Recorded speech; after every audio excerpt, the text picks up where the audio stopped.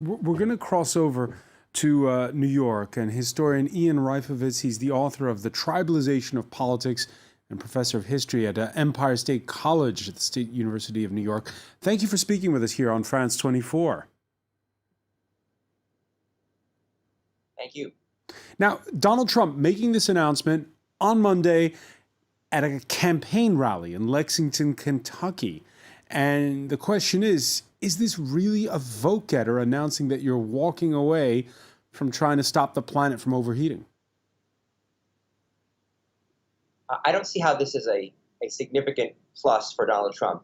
It's interesting that he announced it in Kentucky, which is a state that is very dependent on coal mining, which is perhaps the single industry that stands the most to lose from the United States moving towards a greener economy. Kentucky is a state that Donald Trump should win easily, although it's also a state that the Senate Majority Leader Mitch McConnell is running for re-election. I mean, if you look at polling, and there is not a lot of polling on the environment specifically, but for example, there's a September poll from CBS News. If you want to look at independents, right, because you figure Democrats are pro-environment, pro-Paris climate agreement, Republicans are the opposite.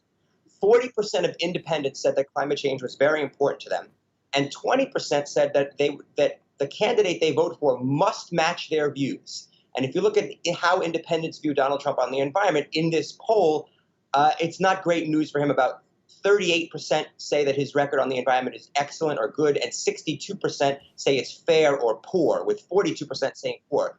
So it looks like a slight negative for him. The more news there is about Donald Trump going against the Paris Climate Accord, I think that might hurt him at the margins in terms of his reelection. Of course, he won re-election in 2016 by the smallest of margins. So independence, it looks like it'll hurt him a little bit. And I think it will hurt him among young people. We saw Greta Thunberg come to New York last month. Go ahead. No, I was going to say, before we talk about Greta Thunberg, I want to get back to what you were saying about Kentucky at the outset. Now, okay, a state like Kentucky, you produce coal, you got a president who says, I'm going to support the coal industry. I understand that that's a vote getter. But for instance, on Monday, the U.S. Environmental Protection Agency announced it was easing Barack Obama-era rules on toxic coal ash. Now, even if you like coal, you probably don't like polluted rivers. So why would people cheer when he announces deregulation of things like, trying to keep the water clean?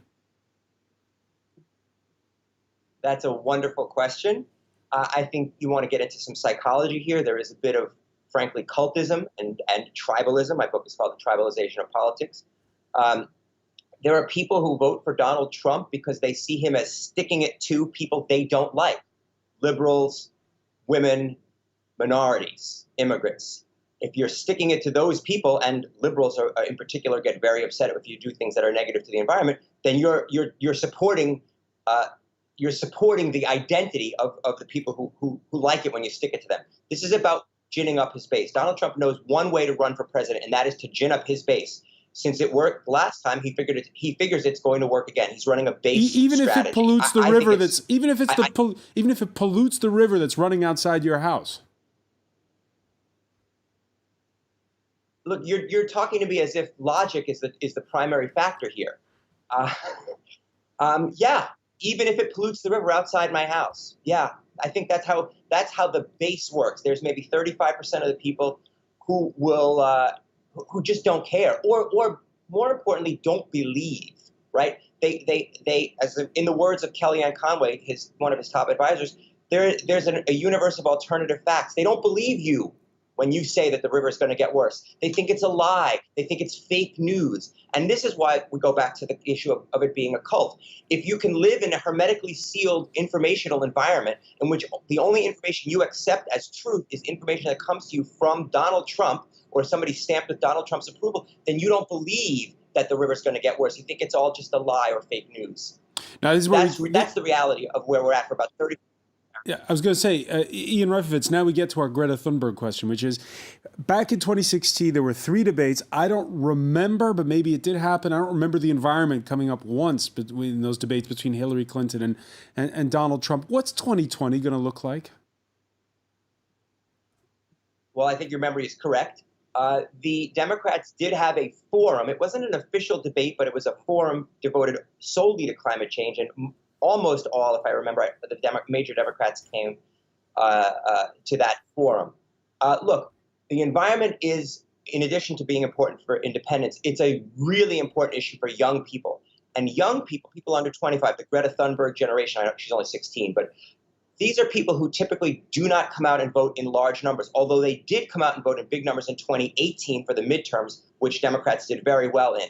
Young people are strongly pro-environment. They are very angry about the Trump administration's rules changes on things like coal. They believe it when you say that the river running behind their house is going to be much worse off.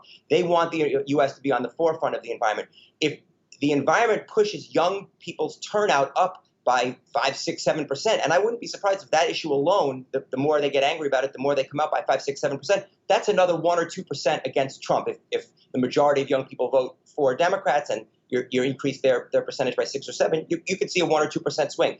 Again, more than enough to shift 2016 in favor of Hillary Clinton if you could do that. So young people matter, and Greta is a real voice for them. All right, and at this point in time, you're saying it could bring out young people. Of course, we're not certain of that. And I just want to get back, Ian Reifowitz, one last time to this issue of tribalism, because there's the issue of whether or not Donald Trump will win in 2020, but certainly Trumpism will survive him. Are we facing this kind of divide over the environment for perhaps a generation? Well, young Republicans, and I looked at another poll, in preparing for today. Young Republicans are increasingly more concerned about global warming, about climate change. They do not like Trump's position. So, generationally, the politics are on the side of the environment. The question is, will it be too late? At some point, will it be too late if the United States doesn't take action? I don't think it's a motivating factor for most Republicans. Concern about climate change is not a motivating factor for most Republicans. If Democrats win in 2020, obviously, then the United States can take some serious action. It is an issue, though, that obviously, there's a time clock on it. If we don't act reasonably soon, we may not be able to undo the problems. And the United States right now is one of, if not the leading, forces in terms of destroying the environment. We've got to shift that issue. Young people have to make that happen. They have to make their voices heard if they want to change U.S. policy. All right, Ian Reifowitz, the author of The Tribalization of Politics. Thank you for joining us from New York City.